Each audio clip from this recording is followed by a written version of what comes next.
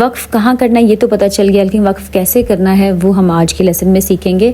میں آپ کو آج کچھ اس کے ایگزامپلس دوں گی کہ کس طریقے سے آپ نے وقف کرنا ہے، ٹھیک ہے۔ اچھا جی، ایسا ہے کہ یہاں پہ دیکھیں جیسے کہ لکھا ہوا ہے آنتا، ٹھیک ہے۔ اب جب بھی ہم کسی ورڈ پہ وقف کرتے ہیں تو اس کے لاسٹ لیٹر کو ہم ساکن کر دیتے ہیں۔ جب ہم آنتا پہ وقف کریں گے ہم اس کو آنت پڑھیں گے، ٹھیک ہے۔ جو تا کے اوپر زبر ہے اس کو ہم ساکن کر دیں گے۔ یہ رول ہے وقف کرنے کا پہلا۔ اسی طرح سے یہ دیکھیں، یہ ہے اہدی۔ جب اہدی پہ ہم وقف کریں گے، رکیں گے تو دال کو ساکن کریں گے اہد۔ بعدو کو کہیں گے بعد، ٹھیک ہے۔ تو لاسٹ لیٹر کو ہم نے کیا کرنا ہے، ساکن کرنا ہے وقف کرتے ہوئے۔ لیکن اس کی ایک ایکسیپشن ہے۔ ایک ایکسیپشن یہ ہے کہ اگر دو زبر والی تنوین ہو تو اس پہ وقف کرتے ہوئے ہم اس کا الف پڑھتے ہیں۔ اب یہ خلقن ہے، اس پہ وقف کرتے ہوئے ہم اس کو خلق نہیں پڑھیں گے بلکہ خلقا پڑھیں گے۔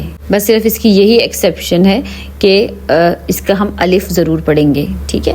جیسے کہ سبحن کو پڑھیں گے سبحا، سبقن کو پڑھیں گے سبقا۔ کچھ اور ایگزامپلس بھی دیکھ لیتے ہیں۔ اگر کسی ورڈ کے لاسٹ لیٹر کے اوپر پہلے سے جزم ہے تو آپ نے پھر اس کو ویسے ایز اٹ از ہی پڑھنا ہے۔ یہدی کو یہدی ہی پڑھیں گے وقف کرتے ہوئے۔ پھر یخشا ہے، اب یخشا کو وقف کرتے ہوئے یخشا ہی پڑھیں گے کیونکہ آلریڈی لاسٹ لیٹر جو ہے اس کا وہ ساکن ہی ہے، ٹھیک ہے۔ یخشا سائلنٹ ہے۔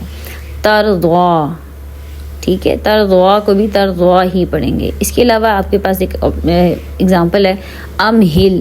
اس میں دیکھیں لاسٹ لیٹر پہلے سے ہی جزم ہے اس میں، تو امہل کو وقف امہل ہی پڑھیں گے۔